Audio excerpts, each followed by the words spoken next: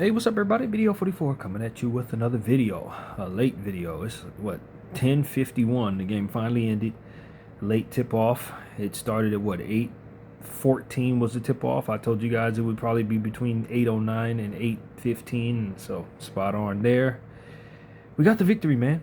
We got the victory, 135-118 at home here in Los Angeles against the Los Angeles Clippers, and it got a little chippy down there.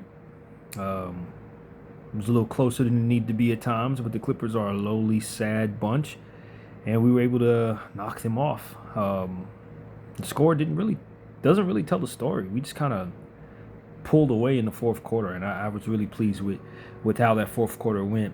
There were parts of the game that I wasn't pleased with, particularly some of that stuff in the second quarter, as I complained greatly about.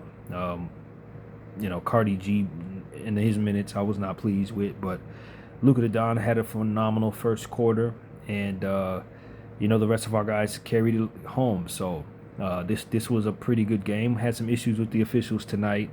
This game extended in ways it shouldn't have. They took some points from us that should have been accredited to our team. So there was a lot wrong with this game from an officiating standpoint too. But overall, we were pleased to win the game. So let's get into the stats and everything. First quarter, Clippers had a 38 quarter. Lakers had 37. Second quarter, Clippers had 28, Lakers had 32. Third quarter, Clippers had 27, Lakers had 29. In the fourth quarter, Lakers had 37 to the Clippers 25. Let's get into the team stats. Let's see what happened there, if my phone will do what it's supposed to do. All right. 52% from the field for the Clippers, 42 of 81. For the Lakers, 57%, 50-87. For the Lakers from the three, we shot very well after having a bad shooting night against the Jazz. Bounced back good, 45% from the three, 13-29. Not heavy volume, but we're pleased with the numbers. 13-35 for the Clippers for 37% from three. From the line, both teams got there a lot. 21 of 24 for the Clippers, 22 of 26 for the Lakers, 85% for the Lakers, 88 for the Clippers. We won the boards, 38-29. Definitely pleased with that. 12 offensive boards for the Lakers, 7 for the Clippers. Lakers had 29 assists. The Clippers had 24. Clippers had 7 steals. The Lakers had 9. Clips had 2 blocks. Lakers had 4.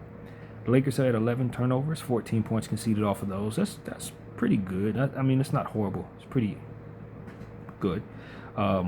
Turnovers for the Clippers, 16, 20 points conceded off of those. Fast break points, 22 for the Lakers, 8 for the Clippers. We really like that.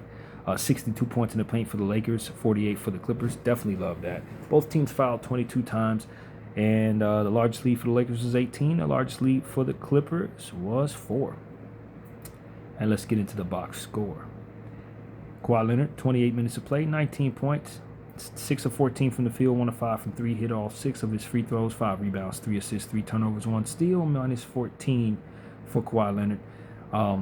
John Collins, probably his best game of the year so far. 34 minutes of play, 18 points, 6 of 8 from the field, 4 of 6 from 3. Hit both his free throws, 5 rebounds, 1 assist, minus 9. Ivica Zubac, terrible game for what I was expecting. He did have a double-double, but this was not the effort I thought we would get from him. 37 minutes of play, 10 points, 5 of 12 from the field, 0 of 2 from the line, 10 rebounds, 4 assists, 1 turnover, 1 steal, 2 blocks, 6 offensive boards, and minus 11. That he was not aggressive really helped, because if he would have been monstrous Zubac, this would have been a different game. But because he came out passive, it played right into his ex-team's hands, and we really appreciate that from Zubac Shakur. James Harden, 37 minutes of play, 29 points, 9 of 21 from the field, 3 of 12 from the 3, 8 of 8 from the free throw line, 5 rebounds, 9 assists, 5 turnovers, 2 steals, 1 offensive board, a minus 1. This was a good game for James Harden. He didn't shoot well from the 3, but I thought he was a headache most of the time. I'm glad we were able to get turnovers off of him. I love the play where Luka literally snatched the ball from him. Just a lot of James Harden getting to the line stuff that was kind of frustrating, but ultimately we were able to overcome him despite having a pretty solid game. Chris Dunn, he had a really good game and then got thrown out of the game trying to get into it with Luka, and got into it also with Jackson Hayes. We'll talk a little bit about that. 30 minutes of play, 19 points, 8 of 13 from the field, 3 of 6 from 3, 3 assists, 2 turnovers, 1 steal, minus 12. Ultimately, this is probably one of his best offensive nights of the season, but he ends in the locker room early because you can't be getting into it with people like he did. Nicholas Batum, 22 minutes of play, 6 points, 2 of 3 from both the 3 in the field. I tell you, Nick only shoots 3s this season. 1 rebound, 2 steals, minus 14. Telfort checked in, minus 3 in 2 minutes. Niederhauser checked in, minus 3 in 2 minutes. Chris Paul, 9 minutes, 4 points, 2 of 3 from the field, or 1 from 3, had a rebound, had an assist, and minus 13 for CP3. Kobe Brown, 21 minutes of play, 6 points, 3 of 4 from the field, 2 assists, it's minus 6. Kobe Sanders, 17 minutes of play, 6 points, 1 of 2 from the field, 4 of 4 from the free throw line, 0 of 1 from 3, 1 rebound, 1 assist, 2 turnovers for Kobe, plus 4 there for him. And Cam Christie, 2 minutes of play, hit a free throw, missed a 3, got a board in minus 3. So for the winning Los Angeles Lakers, LeBron James, 32 minutes of play, 25 points, 9 of 15 from the field, 2 of 5 from 3, 5 of 6 from the line, 6 rebounds, 6 assists, 3 turnovers, 1 steal, 1 block, plus 18 for the King. Rui Hachimura, 31 minutes of play, 13 points, 6 of 9 from the field, 1 of 2 from 3, 3 rebounds, 1 turnover, a plus 3 for Rui. Jackson Hayes, 30 minutes of play, 8 points, 3 of 4 from the field, hit both his free throws, 4 rebounds, 3 assists, 1 turnover, 1 steal, 1 block, plus 21 for him. His numbers look a lot like LeBron in the other categories other than shooting. He had a really good game, man. Love what I saw from Jackson. He fielded extremely well. He stuck up for Luka the Don. He caught lobs. He was blocking shots. He was taking on punishment. This was another really, really good Jackson Hayes game.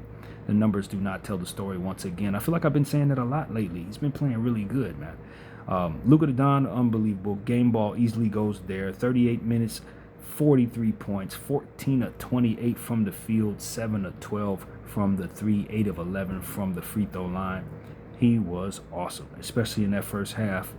He walked away with like 32 points in the first half, ended the game with 43 points, 9 rebounds, 13 assists, 3 turnovers, 1 steal, 1 block, 2 rebounds on the offensive side, a plus 9 for 77. He was unbelievable. Definitely getting the game ball tonight. Austin Reeves, really strong effort as well. 35 minutes of play, 31 points, 11 of 16 from the field, 2 of 4 from 3, and hit all 7 of his free throws for 9 rebounds, 3 assists, 1 turnover, 3 steals, 3 offensive boards, a plus 19. He was more than worthy of the game ball tonight, but Luka just did too much to not give it to him. But Austin played one of his most efficient basketball games of the season. Maxi Kleber, 14 minutes of play, 2 points, 1 of 3 from the field, 0 of 1 from 3, 3 rebounds, minus 7. Drew Timme got in and 1 of 2 from the field. He had 4 points out there. 2 of 2 from the field, actually. No, that was Jake LaRavia. I'm looking at the wrong stuff. He was 1 of 2 from the field. 1 minute, scored a bucket off a Bronny pass. He also got a steal, minus 1. Jake LaRavia, 17 minutes, 2 of 2 from the field, 4 points, 1 rebound, 1 steal, plus 7 for Jake. Dalton Connect came in, minus 1 in 1 minute. Autothero, same thing, but he did pick up a foul, which I did not agree with, but that was one of many. Marcus Smart, 20 minutes of play, 7 points, 3 of 5 from the field, 1 of 1 from 3, 3 rebounds, 3 assists, 1 turnover, 1 steal, 1 block, 2 offensive boards, plus 2. He made his presence felt for sure. One thing I love about Marcus Smart is he has that Vanderbilt ability where the offense is running some wonderful play. All of a sudden, the ball's going the other way because he found a way to draw a foul or steal the ball. He just breaks up whatever the opposing team's offensive play is in the most opportune time for his team and inopportune time for the other team. So I just love having Marcus Smart out there. He's been a pleasure to watch, especially when he plays as clean as he did tonight. Gabe Vincent, see my halftime video. 18 minutes, 0 of 2 from the field and 3, had a turnover, a plus 17. I don't know how he was a plus 17. I guess great things happened while he was out there, but I was not trying to watch any of it. 18 minutes, I didn't want any of that. Bronny James, 1 minute to play, 0-1 from 3. He did get that assist I was referring to for Drew Timme, a -1 for Bronny in garbage time minutes. Vando got a DMP as predicted. I told you I expected he would be getting some DMPs, and he hasn't played since. So that's really what's going on, man. The Lakers got the win. Like I said, I was doing more cussing and fussing, watching Gabe Vincent run back and forth for 18 minutes doing absolutely nothing. But apparently good things happened while he was on the floor, so maybe I just don't know what I'm talking about. But overall, this was really a great game from our stars, man. LeBron, Luka, and Austin all gave us exactly what we needed from them. Luka was MVP Luka tonight, man. It's hard not to consider him an MVP candidate when he puts up numbers like this. He leads the league in scoring. If I'm not mistaken, he leads the league in 40-point games, with this being his 5th one. And he also chipped in with 13 assists and 9 rebounds, only turned the ball over 3 times, got a steal, got a block, got 2 offensive boards. I mean, he was all over the place. Took some punishment, gave some out, got into it with people, kept his composure, didn't get thrown out. And I don't quite know how that happened, what took place to where Luka ended up on the ground that hard. It didn't seem to me that Dunn really did anything, but Luka apparently went flying. And Luka got up, got in his face. He put the ball on Luka's chest, and nothing happened. But, of course, Jackson Hayes came out of nowhere and pushed Dunn. And so Dunn swung kind of like not really a fist, but he swung his hand at Jackson's face, and then teams got in between one another, and that was it. But, Chris Dunn was the one who ended up getting the worst of it. He got thrown out. Our guys remained in the game, and all was well with the world. I do expect that the Clippers will have a chip on their shoulder when we see them again. But the way that we approached them tonight, I just felt like we clearly saw who the better team was. And so if we approach the next game with the same intensity, I'd imagine it's going to be the same result. But it really comes down to this. Luka Doncic shooting this well, 7 of 12 from 3, 14 of 28 from the field. That's 50% from the field, above 50% from 3. I mean, you're not going to beat the Lakers when we're shooting like this. And we got Luka shooting like this, and then LeBron starting to get his rhythm. He looked much better tonight. A plus 18 for him, filled in the box score. And what I do like is that our guys are keeping their turnovers down. LeBron's had some high turnover games. Luka's had some high turnover games. Both of them only had 3 apiece. Now, we would like for them to clean it up even further. But when you look at Austin, he only had 1 turnover. I mean, our ball handlers took care of the ball tonight. Helped a lot. More quality possessions were needed, especially without Ayton down there being as efficient as he was. We really needed those guys to be efficient. I asked for more from Rui. Rui did good tonight, 6 of 9 from the field, 1 of 2 from 3. Just good shooting all the way around, which was absolutely necessary given the fact that the Clippers were actually shooting well too. But we took care of the ball a bit more than them. We crashed the glass and took care of business in that way. And I just love what I saw from Jackson Hayes, man. He needs to be given much more credit than normal because of how much effort he put in Ayton's absence. He was terrific just with 50-50 balls, things that didn't even show up on our box score. He walked away with like 2 fouls. He usually fouls unnecessarily in some areas. He led the team in plus minus. I mean, when you talk about role players doing their job, that's been a theme I've been seeing on the internet today. Jackson Hayes epitomized that tonight with his 3 or 4 from the field, 8 points.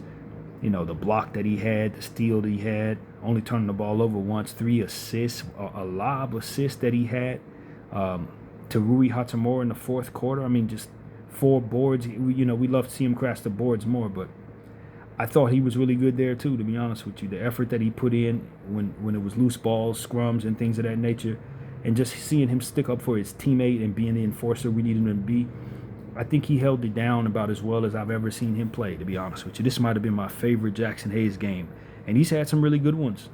He really has. He's had some bad ones, and we've pointed it out. But this has been a really good season for Jackson Hayes, man. It really has.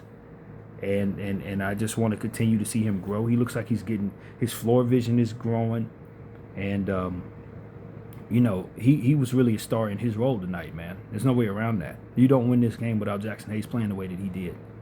And given the fact that he was a plus 21, led the team there, Um, I want to give him some special honors. He didn't get the game ball, but I surely want to give him special honors, man. He was really impactful tonight with his minutes.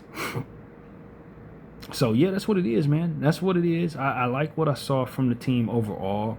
I struggled with about 18 minutes out there watching Gabe run back and forth and basically do nothing at all. I just can't stand it. I just think that your team just gets so much worse for having a guy who's shorter, unathletic, doesn't particularly make anybody better with passing, not a great shooter, not jumping out the gym in any way.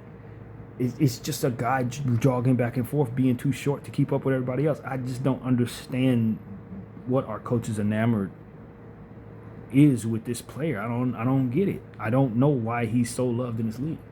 I really don't. I don't see it. It's not there. And given the fact that I have young players that I want to see on the floor like Thero and Bronny and Dalton and Jake, I don't ever want to see Gabe Vincent. Ever. Literally ever. And it's not personal, Gabe. If you're watching this video, it's not personal. It's just basketball. It's what I see there, man. I just think that we can get so much more dynamic play out of our other players. I think it's so much more meaningful for our roster to develop our young ball handlers. I think it's so much more conducive to proper dynamic basketball play when you have other players out there who can just simply accomplish more on the basketball floor. I think we are less of a dynamic team to play, to have down there when you have Gabe on the floor with rotations, having him next to Maxi Kleber and Austin Reeves.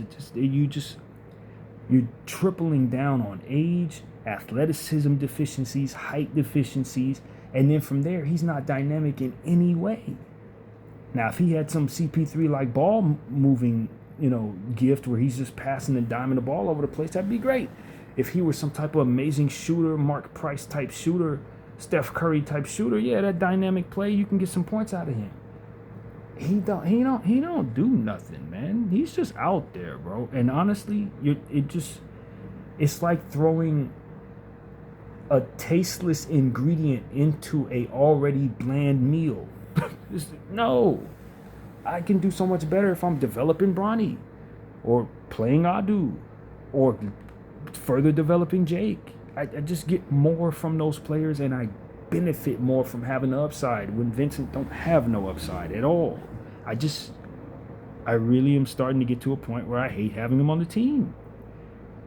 It's Taurean Prince for me all over again, yo. And they teased me because Gabe was out for like 3 weeks. So I was able to enjoy my roster, and we were winning, and it was dynamic, and it was fun to watch. And now this player is back, and my coach is giving him 18 minutes for him to run around, shoot 2 threes, turn the ball over, pick up 1 foul, and literally not contribute anything else in 18 minutes of play. That is a hard watch for me, man.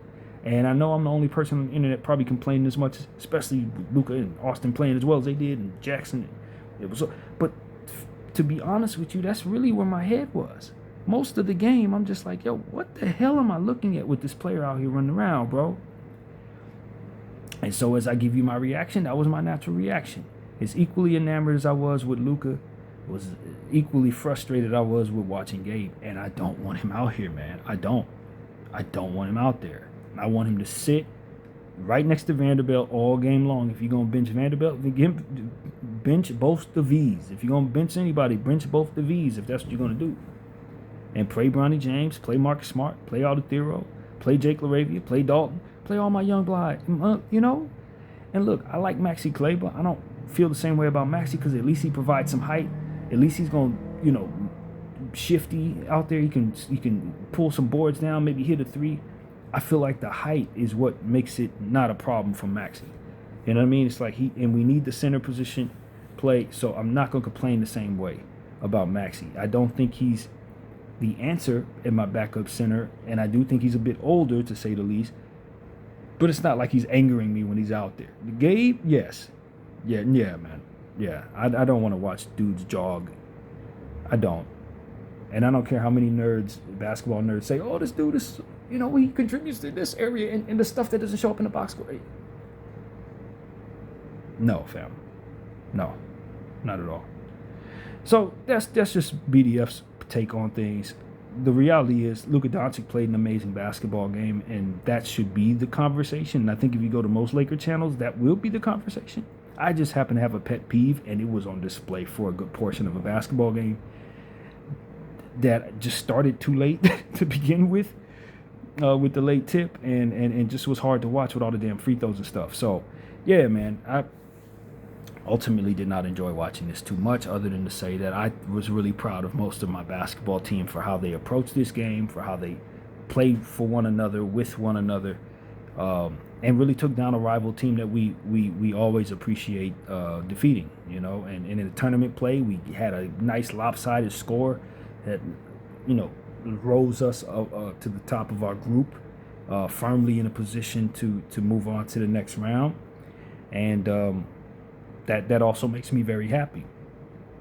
So I think we did what we were supposed to do, and I love what I saw from most of my team, man. My starters and most of my bench. I thought we were good. So that's really where we're at, man. Next game is Dallas. Dallas right after Thanksgiving. We got to turn around and really get into a strong schedule. The Dallas game will also be a tournament game on our floor, the same floor. So it's going to be, 3 weeks before we see our original floor. And one thing I will say about this floor is they need to figure out how all that slippage took place, because it was a lot of wet spots. No matter how much they tried to wipe it up, it just seemed like there was an issue down there with this floor.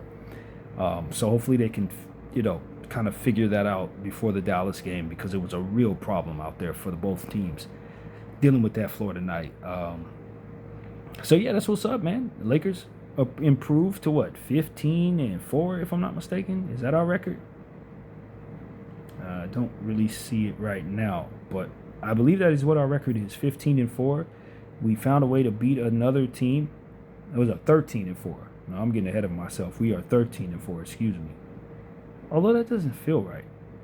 Whatever the case may be, it says we're 13-4. That's what it is. And we're on a 5-game winning streak. It's a soft part of the schedule, and we're defeating it. And we still got 2 more weak teams to play, Dallas and New Orleans, before we really get into a stretch where we're going to play some better teams. Phoenix, Toronto, Boston, Philly. If you don't show up, play your best ball, you can lose all of those. But Dallas and New Orleans, I expect for us to take care of both of those games if we do what we're supposed to do. Both those teams are lowly and trash and sad and etc. Although New Orleans is improving now, they got Zion back, but for how long, etc. So yeah, I expect to win both of those games. Friday, 7 p.m. against Dallas, and then Sunday, 6:30 p.m. against New Orleans. Both of those games will be at Crypto.com Arena. And then we got back-to-back on Sunday, and then to Monday, we play Phoenix at 7 p.m. to start the month of December. And that will also be at Crypto.com Arena. So we got a nice little homestand here.